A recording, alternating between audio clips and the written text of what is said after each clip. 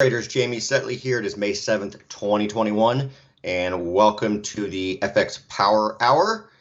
We'll be looking, as always, at some majors, a few crosses that may be interesting, non-dollar crosses, major commodities, maybe some indices, and of course, ask questions. If you want, you can ask them throughout the webinar, and I will do my best to answer them. All right, so let's take a look here first.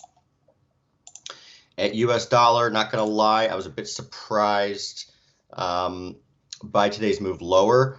Look, irrespective of the jobs report, as you know, I look at things from a technical lens. There's several reasons why I don't pay a whole lot of attention to, to the economic indicators that come out and the knee-jerk reactions. The trends in them is one thing, but when you've got, I've seen a million times, supposedly strong jobs numbers, or economic reports sends the dollar in the opposite direction than you would think, and vice versa. Today, obviously, was not one of those times where we did have a big drop in the dollar and a weaker than expected report. In any case, I was looking for, a stronger dollar this week after we had found support at the 618 retrace last week, and then had some good follow through on the upside, right? So obviously that's not the case. So kind of back to the drawing board for me. So really the next level that I'm paying attention to, again, barring some sort of a reversal after today's dump lower, is going to be the close of 225, and that is 11,636. So it's also close to the 786 retracement, which is the next Fibonacci level. And again, I like to kind of step back and take a bigger picture look. Let's not forget that we are at a gigantic support level, chart level, if you will. So we also had actually last week an interesting buy signal from a DeMark sequential buy. Okay, if you're familiar with that at all. So that was like the third one, I think, in the history of this index, which goes back to 2011. I was actually one of the guys that helped develop this index, actually at FXCM back in the day. So yeah, looking for support now at that level, probably again 11,636. And that's all I'm really going to talk about with respect to this index. Also, just real quick, I know that we've talked about or addressed the median line, in recent weeks since really I've been doing these Power Hour webinars. And you can see again that the median line was very important in, identifying a level. So, we traded up to it. I guess that was the 30th, so that would have been like last Friday, yes. And we traded around it really every day until today when we fell off of a cliff. So, as we got up to that level, it was kind of like we're not good, as far as dollar strength until we clear this level, and obviously we did not do that. Okay, so that is your US dollar look. Okay, DXY, which again, essentially euro flipped.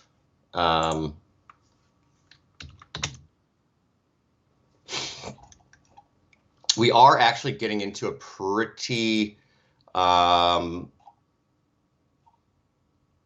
interesting spot for dollar. So you've got the trend line here. Let's see where we close today. The day's essentially over, right? I mean, Europe's closed, so we may, just be around here. But weekly chart, this bold line, you're like, where the hell is this bold line coming from? It is weekly reversal support. So again, the close of the low week, which, by the way, and this is important, we made the low so far for the year. I'm actually going to bring up a different chart. And the dollar is just getting destroyed today.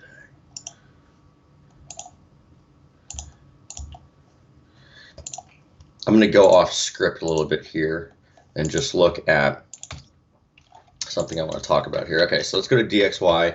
We're going to talk about the importance of yearly openings, and it applies right here in DXY because we are nearing the yearly opening price, right, at 89.94. The low so far for 2021 is January 6th, all right, third trading day of the year. So that's important in and of itself because you tend to get the January effect, right? People talk about it in equities all the time. I'm going to talk about it from the standpoint of the distribution of highs and lows over the course of a year in FX, especially the euro. I don't have the stats in front of me, but if you were to look at, going back, let's go to since inception of the euro, like 98, 99, the distribution of highs and lows for the entire year overwhelmingly occurs in January. And if you get a low in January, you tend to have a high in December. In other words, January sets the tone for the trend, if that makes sense. So far we have the high in March and the low in January. So does that mean that, is this deterministic? Does that mean that the low is going to hold? Not necessarily. However, we are coming into the yearly opening price, right? And we want to pay attention to that level at 89.94 because it tends to act sometimes as a pivot, right? The best example I can give for that is probably the Aussie dollar rate over, here's like recent years Aussie dollar, okay? Let's go back to even, here's like 2014, right? You can see here the magenta line, break down below it, it's then resistance. Here's 2015, tank, came back to it, resistance, tank, right? Jackalus says, holy smokes, fancy seeing you here, Mr. Saettele. Well, thank you. I'm not sure who Jackalus is, but nice to see you as well. Here's some more examples. This could be kind of like where we are with the dollar right now, right?